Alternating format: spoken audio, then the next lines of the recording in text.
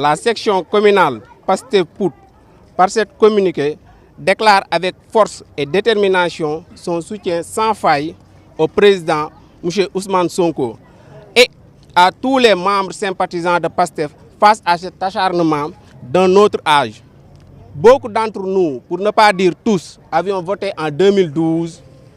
pour le président Macky Sall parce que nous avions espoir en venant au pouvoir, il allait consolider les acquis démocratiques sans exclusive en demeurant le président de tous les Sénégalais. Malheureusement, force est de constater qu'au lieu de cela, il s'est laissé prendre en otage par des personnes pour qui nous n'avions pas voté et qui, à l'arrivée, ont détourné nos suffrages en formant autour du président une grappe d'opportunités imbue d'intérêts crypto-personnels. C'est pour cette raison que des patriotes dans Pastef et hors de Pastef ont décidé, à l'instar de M. le Président Ousmane Sonko, Biram Souleye Diop et j'en passe, de prendre en main leur destin en tournant le dos à ces fossoyeurs d'économie nationale. Le combat sera âpre, nous en sommes conscients, mais il s'agit d'un choix définitif que nous tous avions fait de ne pas laisser notre pays qui nous est cher entre les mains des personnes qui, au nom de la loi, au nom de leur loi, devrions nous dire libère des multiplicateurs de biais, M. Bougazeli, laisse tranquille ceux qui appellent aux mœurs d'honnêtes citoyens, Aliou Dembourou Sow, traîne les pieds dans l'affaire Feu Mariama Sagna, mais faisant rompre à emprisonner d'honnêtes citoyens qui ont eu le seul tort d'exprimer leur désaccord avec le nouvel ordre qu'on leur veut imposer. Nous disons à nos vaillants responsables, aux militants de Pastef et à tous sympathisants qu'on veut embastiller de tenir bon car la victoire n'est pas loin. Au dépit de cette tentative machiavélique de liquidation, nous exigeons la libération de nos militants sympathisants pris en otage par le régime dictatorial de Macky Sall. Nous invitons ceux-là à qui la République a confié notamment une parcelle de pouvoir à méditer de cette maxime pour en être président de la République, procureur, juge d'instruction ou en est moins un simple citoyen au même titre que le Sénégal de lambda et qui un jour ou l'autre aura à répondre à ses actes devant le tribunal du peuple. Vive Pastef, le Sénégal pour un lendemain meilleur. Ñun dañu am gatché parce que lutax dañu am gatché suñu ben sœur Khadija Mayekor Diouf waxon nako la fois passée né Adji Sarr daf ñu gatchel ñun ñëpp képp koy jigen di yéwo Sénégal Adji Sarr daf ñu gatchel parce que jigenu Sénégal dañ leena naw ci am fulla jigenu Sénégal dañ leena naw ci am fit jigenu Sénégal dañ leena naw ci mëna liggéey nek ay jambar comme Aliou Sitoé Diatta comme les femmes de Nder ñi nga xamné dañu dajalé won seen bop ñu taal leen ci benn nekk ndax seen ngor mayu leen ñeneen di leen sàkk ñu dul seen borom kër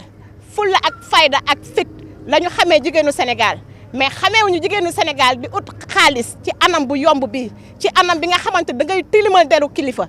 bu toll ni le président Ousmane Sonko amul lenn lu ñuy xalaat moom ak ñu nekk ci ginnaawam je pèse bien mes mots moom ak ñu nekk ci ginnaawam lépp lu ñu def tey nañuy ree di tàccu di naan ñaw mais ëllëg nañu bàyyi xel ne ñoom dinañu wàcc Pastef dina yéeg incha allah te kii jiite Pastef c'est le président Ousmane Sonko. Je pense que situation bi àdduna bi di dund wala bi Sénégal di dund ñëpp yëg nañ ko tey dañoo nekk ci contexte ba nga xam ne contexte bu doy waar la ñu am un homme digne un homme boo xam ne pare na pour défendre le Sénégal un homme boo xam ne pare na pour changer le système un homme boo xam ne pare na pour changer wuruj ak càcc yi nga xam ne moo nekk ci réew mi ñu yàgg gis type de politicien bi nga xam ne moom moo nekk ci réew mi muy Macky Sall et consort yàlla ñëw indil ñu bénédiction parce que man dama ne Ousmane Sonko bénédiction la damay dem ba mu yàgg sax man je me pose la question di wax sénégalais est-ce que réellement mérité nañu Ousmane Sonko parce que politicien boo xam ne lu mu la wax dëgg la politicien boo xam ni def na impôt et domaine 15 ans munoo jënd ci moom dërëm boo xam ni nee nañ la sàcc nañ ko tey waruñu woon nangu sax ay affaire de mœurs di dugg ci waa jooju gars yi nag wax nañu lépp man fi may insister juste mooy que ni sénégalais yi noot bi dafay yàgg gars yi dañ ñoo yàgg a nax dañ ñoo yàgg a jaay tubaab yi tey am nañu koo xam ne pare na pour jël Sénégal te ko ci kanam pare na pour lépp loo xam ne ñun ñoo ko moom mu delluwaat ci ñun sénégalais yi li programme moom waxoon rek jot na aussi ñun sénégalais yi ñu changer de comportement gars yi junni bi ñu lay jox wala 5000 bi ñu lay jox campagne la ko nax la pendant 5 ans loolu dafa doy et le changement est là et le changement c'est monsieur Ousmane Sonko donc Macky Sall munoo nekk ci réew mi nga ne doo am opposant c'est impossible opposition dafa baax ci réew gouvernement yu baax yëpp wala état yu baax yëpp dañuy ñaan yàlla am opposant parce que say opposition li ñuy souligner muy say faay yow foofu ngay jaar pour corriger say li incorrect ci yow mais dañoo gis carrément Macky Sall dafa taxaw pour bañ a am opposition affaire bi dafa njëkkee ci Karim Wade ñu jël ko exilé ko ñu ñëwaat ci Khalifa Sall ñu jël ko sacrifié ko loolu nag jaan boobu mattoon Khalifa Sall mattoon fi Karim Wade moom mooy watatu di bëgg a matt Sonko te ñun les jeunes patriotes duñ ko nangu lépp lu mu jar nag ñun taxaw nañu pour ne temb Sonko bañ a dugg ci kaso bi parce que parce que incohérence yi am ci dossier bi li ñàkk solo yi am ci dossier bi loolu rek waroon na tax dossier bi ñu classé ko sans suite mais Macky Sall moo téye instant bi affaire yi ba pare dañ ne affaire bi affaire privée la li ci garaaw waa APR ñooy génn di dem ci télé yi di défendre Adji Sarr affaire privée la nañ bàyyi gendarmerie mu yeggali liggéeyam parce que enquête gendarmerie bi bu yeggoon kon lii yëpp duñ fi yegg donc on a vu que ni Macky Sall moo taxaw pour liquider un adversaire politique pour liquider l'avenir de ce pays là parce que Sonko il dispose non seulement de quelque chose ba nga xam ne c'est pour le Sénégal mais encore c'est pour l'Afrique tey nous sommes au 21e siècle am na yoo xam ne kenn dootu ko nangu donc juste pour dire à Macky Sall que nous ferons face que nous ne céderons pas lépp lu mu laaj dinañ ko joxe Sonko moom la ñu wóolu 2024 moom la ñuy jox le Sénégal incha allah di wax waa Pout nañu pare aussi bu ñu kenn yóbbul ci combat bi dara parce que ñun Pout dañ ñoo yàgg a fàtte à chaque fois combat bu ñëwee ñu fàtte donc il est temps ñun waa Pout aussi ñu taxaw dëggal suñu bopp ñu wan le président Sonko que ñu ngi koy soutenir ñu wan aussi que le système ñun nous sommes anti ce système ñu wan leen carrément ko ñu Pout taxaw na donc bu waa Pout aussi nangoo des ginnaaw incha allahu rabbi dina jot convocation bu ko jotee du wuyu ji du ñu nangu mu wuyu ji te lépp lu mu laaj pour mu bañ a wuyu ji ñun dinañ ko def donc ñu ngi woo waa Pout yëpp ñu ñëw taxaw dëggal seen bopp. tey li ñu fi tax a taxaw mooy jëf ju ñaaw ji nga xamante ni gouvernement Macky Sall bi taxawee nañ ko pour faagaagal suñu patriote Ousmane Sonko mais man nag du ma wax ci waxu Adji Sarr damay commencer ci président de la République muy Macky Sall moom mi nga xamante ni moo ñu jëloon dès le début du commencement ñu nekkoon ay ndaw APR j'étais le président des jeunes mu fekkoon ñu fii digg Pout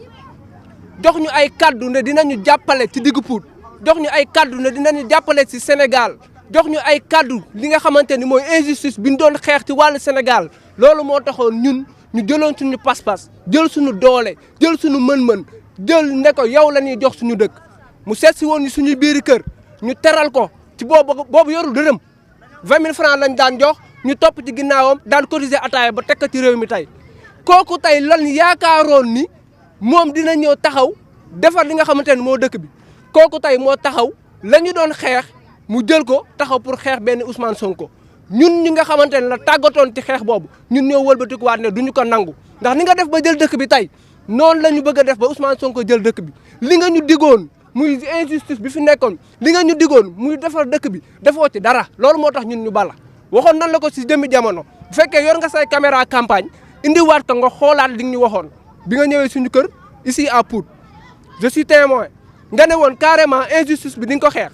ma ne la monsieur le président Macky Sall nga ne ma naam ma ne la boo indee sa ñaar téeméeri dërëm jox ko say mbokk ñooñu ko gën a soxla loolu laa lay waxaat tey mais dañ la waxoon tamit ne la bés bu ñu xoolee ba xam ne yow injustice nga ñuy doxal bés boobu lañ la bàyyi kon tey bés bii lañ la bàyyi ndax li nga bëgg a teg Ousmane Sonko président duñu ko nangu tey duñ ko nangu ëllëg suñu bakkan nag lañ ci teg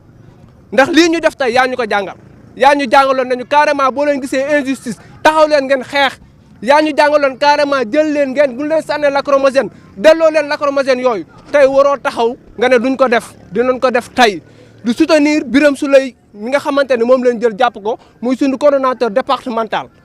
ci loolu nag lañ taxaw parce que Olof Ndiaye nee na màggatu golo du fàtte yéeg kon li ñu def tey yow yaa ñu ko jàngal kon tey dinañ taxaw soutenir suñu président Ousmane Sonko lu mu la jaral dinañu ko jaral pour li ñu digoon gis ñu fi dara ñëw nga fi ñëwatuñu fi dig nga ñu Promoville gisuñu dara gis nga ñu xaw ma 500000 emplois des jeunes gisuñu dara pour ngi ni dara baaxu fi. di jaajëfal ñoom soogi di jaajëfal ñi nga xamante ni waa Bougane yi di jaajëfal ñi nga xamante ni ñooy xalifis yi ci combat bi nga xamante ni moom la leen bëgg a mëne combat bi nag ça commence dès maintenant ça ne va pas passer Ousmane Sonko day dugg ci kaso bi ñun ñu duggandoog moom ci kaso bi mu génn ñu génnandoo te 2024 dinañ la fi jëlee teg ka fi wasalaam.